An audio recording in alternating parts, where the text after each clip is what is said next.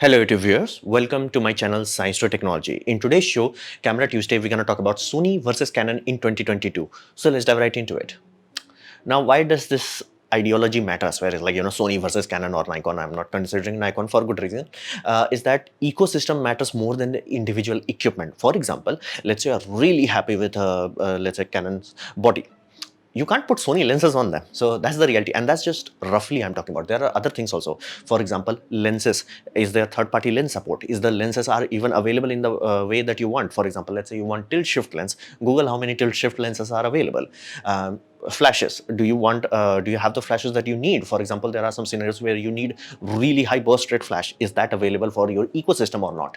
That's up to your memory. Again, there are only 2 or 3 variants, but again, can you afford it? Can you buy it? Is it available in your area? All those things matter a lot, especially if you are a pro. What does a pro mean? Pro simply means you are making money out of that equipment. It does not matter whether you're doing TikTok, Instagram, or YouTube, or whatever have you. If you are making money out of it, you are by definition pro. So in those sort of scenario, servicing also matters for you. Is this equipment something that I can rely on? Is this equipment, if something bad happens, which it does happen over time, it will happen, is that can I go to a service center? Can I do something about it? So that's one of the things. Is there service centers available in your area? What about third-party support for other things? For example, let's say batteries, memory cards, other equipments also, like flashes, lenses, all those things also matter, especially for pro. And then changing is too goddamn expensive. Unless you are swimming in money, in GG amounts of money, you can't just like yoink there. You have to pay, you have to be very mindful before you jump in. Like you have to know your stuff and then you have to jump in. If you make that mistake of like just going behind a body, because like bodies, everybody's talking about bodies, you could end up in a scenario where you have an ecosystem which is not bad, it's just that it's ill suited to you. Then you will be stuck and very expensive mess. So let's understand Canon, what they have made in like last few years. Now, they are a bit late to the party of mirrorless. However, they have made amazing progress. The most amazing progress happened in Canon EOS R7. Why? Flat out, at this point in time, when I'm making this video, this is the most highest performing APS-C body out there. Include, like, again, you may say like, Fuji can do better, but here's the, compare the cost. So even that, this autofocus will bitch slap that. So flat out, let's be realistic here. This has one of the highest performance out there. You can find some APS-C that has this or that. Realistically, overall, from a cost-effective perspective, the most amazing thing, the end. Not even Sony, not even Nikon, nothing can come close. Flat out, buy this and forget about APS-C. So that's amazing. What about high performance? Let's say you are not worried about money and you have like some mullahs to burn. In those sort of scenario, R3 is your boy. R3 recently got a firmware update that improves its performance drastically. However, be mindful, it does makes your camera lock up after 9 seconds, meaning you do the burst where it can do like 190 of second. Basically, it's a around 20 to 50 focus frames buffer that it will do burst in it, almost like a video like burst. So it's ludicrously fast, but consequences, it will freeze your camera for 9 seconds afterwards, so it can dump the files. And again, the bursts are like, you have to plan it, because if you, like, for example, in cricket, you took the burst in a batsman, if there was a catch, you will miss the catch because your camera will, like, spend time writing it. So you have to be mindful, but it does have that horsepower. So that's the whole aspect of it. You really need that oomph where you're like, dude, I got this. This body is like, I got you, fam. Of course, it does cost money, but it's like, I got you, if you can afford it. Then you also have to understand, like, Canon looked at the market and they were like, we understand that videos are very important. We understand, given the fact that flat out Instagram is coming, like video is very important for us, that many people want to make living out of videos. So having a dedicated tool for video would be desirable. So they released Canon EOS R5C, which is just R5, but all their defects fixed. Now again, it does have some consequences. For example, the switching between stills to photo, it will take time. That's genuine consequences. But overall, the horsepower this puppy has is like flat out, shut up and take my money. There is nothing that even comes close to giving you 8K raw that this can do internally. So flat out, for many people, including Netflix and things of that nature, there's just like, shut up, buy this, don't think anything about it. Like, done, just done. So these are amazing bodies I am talking about. Now, What about lens? Because they are late to lens. Now they had the better design compared to Nikon, simply because Nikon had mechanical driven lens system. They did try to electrolyze, but they did not electrolyze very quickly. So they had a scenario where if you looked at any D30-100 lens, you will find that there is a lens, there is a lever. You move that lever, it moves the aperture. Now that's the problem. That means it cannot be electrically communicated. Now Canon, because everything was electrically communicated, they had the ability to make adapters, and that's why you will always find more basically Canon to Micro Four Third adapter, Canon to Sony adapter than you will find anything else, simply because of that reason. Drive-by-wire lenses are super easy to port from A to B. It's just electrical wire. You just need a microcontroller even if you're changing something. So Canon really had the luxury where they can just port all of their DSLR lens into the mirrorless system without any issue, because all were drive-by-wire. So that gave them a very good head start. But again, people don't want adapters. People are like, dude, give me dedicated lenses. They, at this point in time, they have 30 lenses, and they have covered almost all the good grounds, be it prime lenses, be it zoom lenses. They're taken care of. Not as extensive, as huge as this used to be, but more than good enough, and there is a very good chance anything that you want is there, except tilt shift lens. But other than that, almost everything is there. And not to mention, because drive-by-wire lenses exist, drive-by-wire telephoto lens, yeah, telephoto lenses also exist, and tilt shift lens also exist. You can just port it without any issue. So lens part is also taken care of. But they do have weak full frame entry.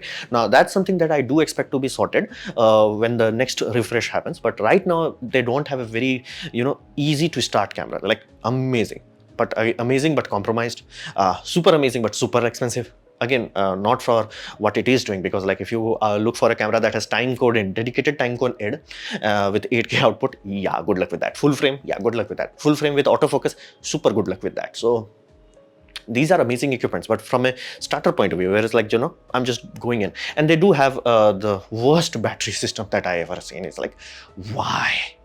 It's like, I have Canon camera that you are watching me through, and I hate the battery system. Like literally, Canon showroom itself does not have batteries needed. For half of the time you pull out a DSLR and you're like, yeah, we don't have this battery. We don't have the, unless it's like Canon 5D Mark 3 and 4, most of the time you will have battery issues, simply because they have way too many models, way too many sub variants, and that same virus they are continuing with all this series. You could have a scenario where it's like, hey, I bought this, I'm gonna switch to Canon EOS RP. It's a full frame variant. Again, it's a cheaper one, but for some example, let's say you want that full frame thing. Yeah, this battery will not switch to that.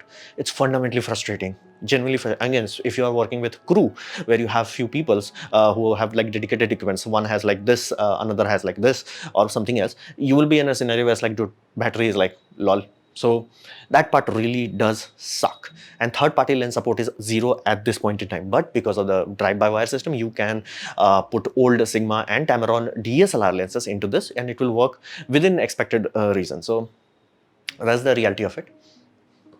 So what about Sony? Now Sony has a really good starter full frame. For example, A7 Mark IV. Now it's not very cheap, but again, inflation. But overall, as a complete package, as in like how many things this puppy can do good enough where you're like, what, I'm happy with it. That's really good. Now, A7 Mark III was a game changer. That literally shook the world and literally took Sony's market share from like barely anything to like granddaddy level. So that was good, but Sony always had this one weakness. And back in the days when Sony first started to jump into the mirrorless market and first started like, we're gonna make serious camera, everybody used to joke about it. It's like people gonna buy Sony body in the future and gonna use Canon lenses on it, because again, Canon that time had DSLR lenses, so they had enough space to put an adapter, and because it was drive-by-wire, you can directly port it, and you can still buy those sort of adapter if you want to. That was the expected wisdom and expected way of things. Sony Gen 1 lenses were really not that good. Not bad, but not was like, you could do better. And Sony was like, that was a plan, because they released a lens. Canon and Nikon released a lens. Now they have the advantage of having garbage market one and understanding what other opponents are doing. And now they're like, how about we give little bit more performance than you? And that's what they have. They have genuinely epic Mark II lenses, and they are refreshing their whole Holy Trinity lines up, and 2 lenses are already refreshed, and it's amazing, flat out amazing. For example, this 24 to 70 mm f2.8. Now you will like, is it good? Absolutely. Is it good enough to compare against Nikon and Canon? Absolutely. Now here's the deal. They could not like bitch slap those lenses. However, they made it lighter. So flat out for many people who have to hold their camera in their hand for hours on end, they're like, shut up and take my money, because that's how light they made it. They knew for a fact that we got the performance, okay, matching, but here's the, why would somebody choose you? You have to give something else. You can't give magical performance, but what can you do? They're like, how about we make it lighter? How about make it so light that you're like, Damn, this is comfortable, this ecosystem. That's this one. And then this was the granddaddy 70-200. Now this lens is genuinely so good that only Nikon can even comes close to it, and even that has some weaker performance, and not to mention idiotically heavy. And Canon is the first time where like in all these three, 70-200 Canon is not that good. It's like, how the heck that happened?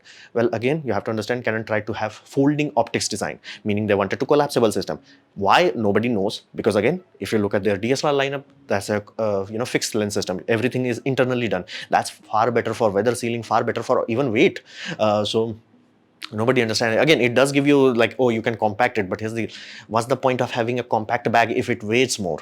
Like, what would you rather carry? Like, literally think about it. What would you rather carry? A big looking lens which is lighter, or a small lens that is heavier? That's the whole thing. So Sony does get flat out the advantage of like having better weather sealing and having the fact that everything is internally done, everything is thoroughly studied for, and all the Mark IIs now, because they understand, Sony does understand the fact that video is the future, all of them have aperture rings, which used to be there. Like if you have very old Nikon lenses, they used to have that. Like back in the film era, all of them had that. Even the early DSLRs had that, but they slowly started to remove it. Now they are bringing it back, and that's awesome. So flat out, many people just for this and this. And I'm pretty sure they are working on the wide angle of this puppy. Like there are 3 lenses in Holy Trinity. These are 2 of them.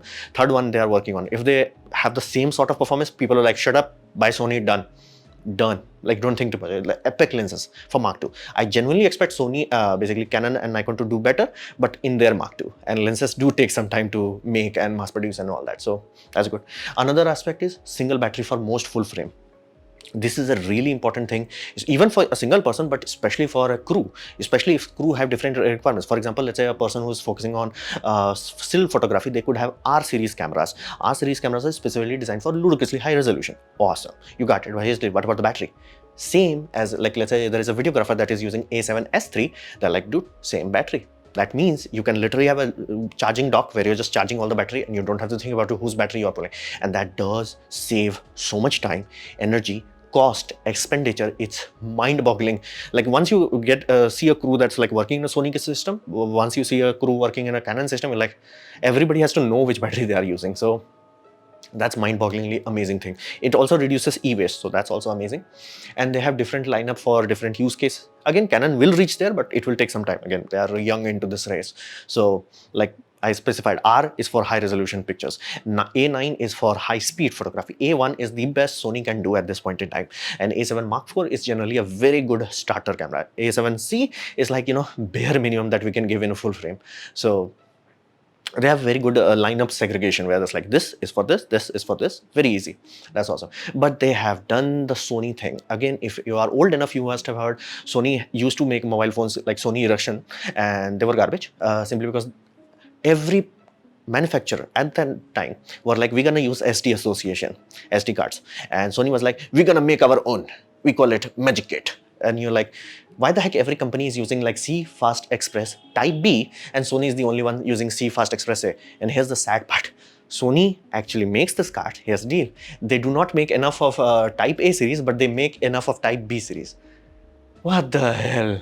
And not to mention, this is genuinely painful for photographers because right now you cannot buy big cards if you want. Like even if you have money to burn, you cannot buy big cards for this. Why? And you might say, oh, these cards are bigger. It's fitting inside a Fuji. Fuji is also using the same format. Fuji is using the format. Panasonic is using the format. Nikon is using the format. Canon is using the format. Sony in their cinema lineup using this format. Why the hell they had to come up with this? And I do get it. Like it's Compact Flash Association came up with the 3 marks. They have like a single lane card, that is single lane card. This is dual lane card, and there is a quad lane card that is like almost cassette size, dedicated for cinema camera. But here's these are so fast. Even single lane card is, to give you a context of the speed, is same as red mag, like SATA 3 kind of speed, and this is dual. That's why like you will always find the speed is half in them, and the lanes are like PCI Express lane. Why? Like this genuinely hurts Sony, where people can buy this, but they have to use UHS 2 cards at this point in time because this is just not available. Try to find a 1 terabyte variant of that. Try, not even 1 terabyte, 512 GB or 256 GB. Good luck. So that does hurt Sony. But again, I lived with Sony long enough where I know that Sony will have this loose motion stuff. Like other companies, we can use Compact Flash card. Sony's like, we're gonna use Magic Kit. Why? So that does hurt. But all things considered, that's a painful thing, but we can live with it. So what to buy? That's the final question. Here's the now one thing you must know. Every time people talk about like color science and color science, no, just no. These are not equipments made by NASA for NASA. Okay, these are artistic tool, not scientific tool. A scientific tool can be measured reliably. If they were making scientific tool, both of those company can be compared. Where you're like, no, Sony is better or Canon is better, because at that point they're like, dude, is it recreating the spectrum reliably? Everything is precisely done there or not? So. But these are photographic tool. They are not there for that. They are there for giving you pleasant image. They do color it. They mix it. They try to bring some colors out. Try to tone down some colors, make things pleasant for you. It's almost like how music industry, when people are mastering the file, they use studio monitors, which are very flat, very almost dull. When you have like music system that's like boom, like serious amount of bass, like you get that point. Same thing, it's not scientific instrument. So inherently they have artistic output. What does that mean? That simply means, does it suit you or not? And again, if you are in a scenario where, let's say you are like, hey, I'm happy with Canon, but I do not like their color science, I like Nikon's color science, no problem. That's why we have RAW. Spend some time, study it, and you can create a template system, in which some scenarios you can directly encode that template into your basically JPEG engine that is in the camera body, or you can have like a RAW processing pipeline, which most likely you do, and with some elbow grease you can make it like, I send a Canon image, I get Nikon images, or I can send Sony images, I get Fuji output. That can be done, and that's the whole point of RAW file. Again, it does require some elbow grease, but at the end of the day, it's not scientific thing. It's an artistic thing. It's up to you. And again, if you're like, hey, I don't want to work with that, that's good enough. Now you know what do you buy and why do you buy it. That's also very important. Many times people get a lot of resentment. It's like, oh, I bought this, was like, you bought it because it had better color science. Now you are at peace. It's like, hey, I bought Nikon. It's like, not that great, but okay, I'm happy with it because I like the color science of it. That's the first thing you have to understand. These are not scientific tool, these are artistic tool. Do you like the output, or are you willing to work into the raw files to get the output that you desire? Then one thing that is a very beginner mistake is that lens matter more for output. For example, you can buy R series cameras where it's like 60 megapixel, but you have a crappy lens on it. Good luck, it's not going to do anything. Like, you literally, if I take the same camera body and put a quality lens on it, people are like, damn. And you remove the quality lens, put the cheap ass lens, and you're like, people are like, is it really 60 megapixel? It does not look like it, does not feel like it, because resolving power is limited by the lens, not by the sensor. So fundamentally, this is one critical aspect. Before you jump into the system, figure out how the lenses are available. Are the lenses available that you can afford? Are there third-party lenses that are good enough that you can afford? And if you're like, why the heck Micro Four Third is like, dying? That's the reason. The lenses available for Micro Four Third directly, natively, was just not high resolution enough. And that's why every time you will look at Blackmagic, most of the time you will find people are using Canon lenses or cinema lenses on with adapter on it. That's the reason for that. Resolving power is directly limited by lens. So select lens first. Battery is also another aspect. Memory is an aspect. Camera flashes are also an aspect. And all of them cost money. So be mindful and budget for them, so you do not get blindsided. It's like, oh, I thought this is amazing. And then you're like, wait a minute, why the heck flash that I want to buy is like, few $1,000s. So be mindful of that. And it does not have to be great. This is one aspect that you must know. A camera does not have to be great. All it has to be is well suited for your needs. Meaning, does it do what you want it to? For example, I want to buy A7 Mark IV. Why? Is Canon R5 is not a good system? R5C? No, it's amazing, but here's the deal. It's too expensive for me, and I have no use for a RAW files or a 8K. I want this. Far more cost effective, and not to mention it has USB-C output, which acts as a full frame webcam.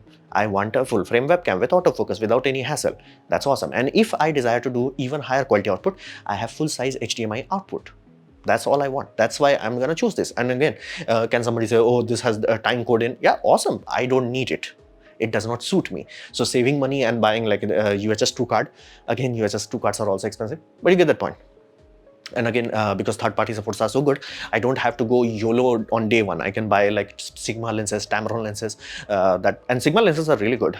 So not against Mark II. Be mindful, Mark II is whole different level. But against Mark I, like you will be better off buying Sigma. So that's the reality of it.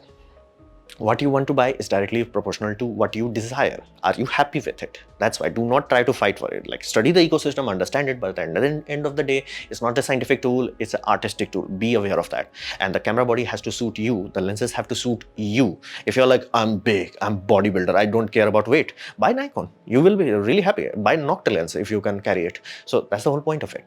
Does it suit you? Not me, not other YouTubers, you. So this was my presentation on Sony versus Canon in 2022. Hopefully you have liked it, learned from it. In that case, please click the like button, share it amongst your friends. That will help me a lot. If you didn't like it, didn't enjoy it, I urge you to press dislike, press it twice to show me extra disappointment. Please leave a comment because I do try to reply to all of them. Subscribe, press the bell icon if you're free, and as always, thanks for watching.